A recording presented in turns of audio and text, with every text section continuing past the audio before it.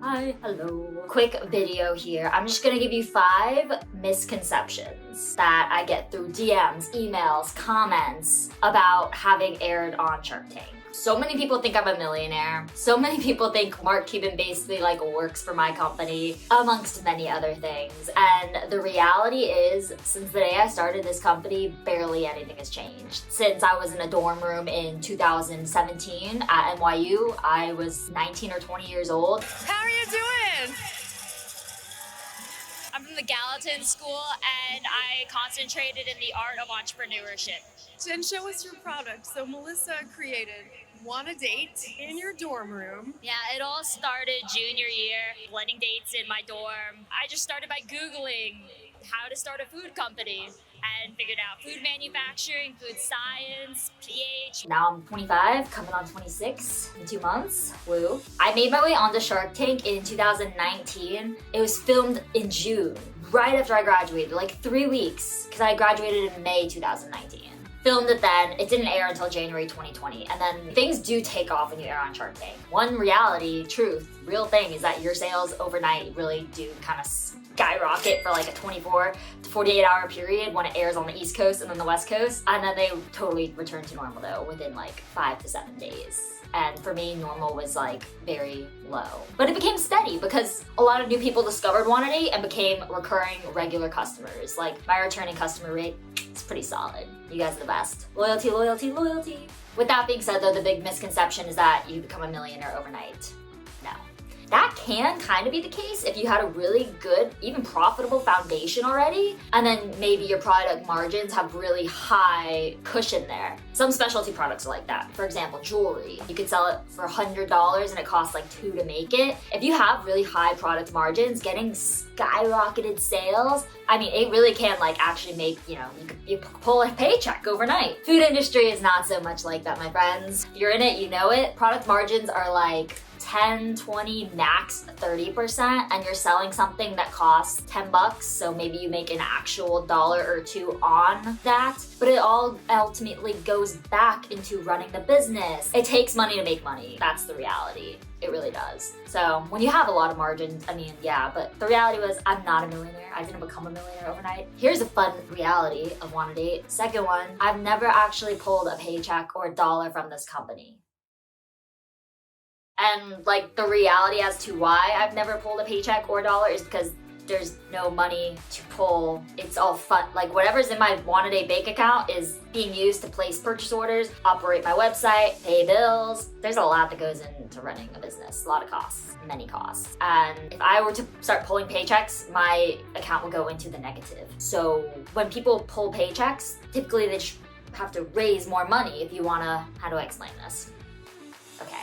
This is another reality of running a business, if you've never really thought too much about it. Third thing, when you raise money, you're technically accumulating debt. I owe Mark Cuban $100,000. It becomes a liability on my P&L. You get what I'm saying? I didn't get $100,000 and get him working for me. No, I took that on and I'm expected legally, I have to, unless we go out of business and I file for bankruptcy one day, I owe him $100,000. It's a liability on my balance sheet, P&L. I don't really know the difference, but I have both. I do know the difference, just not so fluent on the spot here with it. So imagine companies way bigger than mine who have way more fundraising, millions. You're signing away, I will pay you millions of dollars back. Therefore, say you were kind of operating at a little startup thing, you were funding it yourself, and then you raise $1 million, all of a sudden, boom. Your break even's gonna take you years to get back to. And then once you get there, you still have, any profit you finally make is gonna go to those investors before it goes to you. Or that's how it should go, in my opinion. But a lot of people don't have such kind of integrity, and you hear stories about that where they raise a bunch of money, the founder takes it all. Actually, those exist. It's reality. Maybe you caught those vibes on my episode, but I keep it real. I'm not trying to live my life in millions of dollars in debt. I will hustle this myself till the day it succeeds and do it with common sense and passion and make real money, not fake money. That's the goal. So I work side hustles, have all these years. I've never not had a job except for during COVID. I lived at home in my parents' garage. Reality number 4, shipped every single order myself for the entirety of 2020 and part of 2021. I shipped every order. Any order you got was sent by me. When I put little confetti in it and stuff, I was in my parents' garage doing it myself. When things got really crazy, my mom would help out during Shark Tank re-airs when we got hundreds at like the blink of an eye over the course of 24 to 48 hours, and I was so backed up, she would help me out. I would get freights delivering pallets in this suburban street, and I had a pallet jack and I'd push it up the driveway. I mean, people thought it was like the funniest. I mean, it's reality. I have no shame in the entrepreneurial game.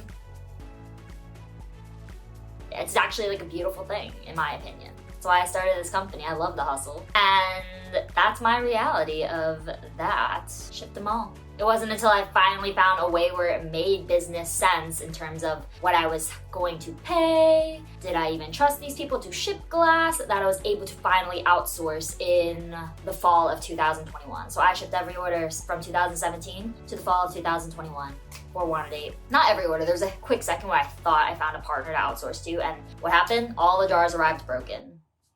And I immediately was like, give me my products back, send them to my garage. I'm taking this back into my own hands. That's the reality of running your own business. If you want something right, you do it yourself. Fifth and final reality is that my future or anyone's future is not guaranteed in terms of the life expectancy of your business. Most businesses fail, 80% or something? And that still applies to businesses that were on Shark Tank. If you start Googling companies, like list of Shark Tank companies no longer in business, it's a lot. You'll see that the founders just moved on to other projects. Some got arrested for like DUIs. Some, it just fizzles out and no one really knows and the website doesn't exist anymore. It's the reality. And it could very much be my reality if anything in my life changes, but I have my passion, my priorities, and I want to see Wanna Date in the wild. It makes so many people so happy. So I'll do whatever I need to do to keep it alive and well. And if that means, it's not in retail for a while because I don't want to raise a bunch of fake money to get it into retail, that's the reality. But I know what's right will happen. It really does take 10 years to become an overnight success. That's the truth.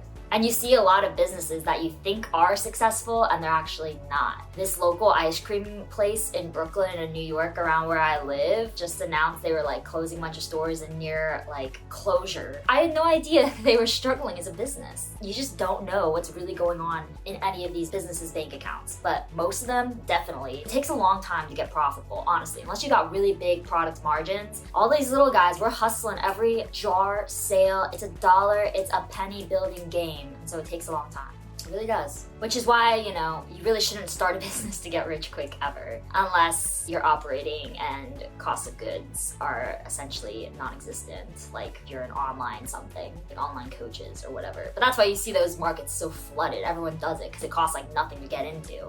We're doing it the hard way here.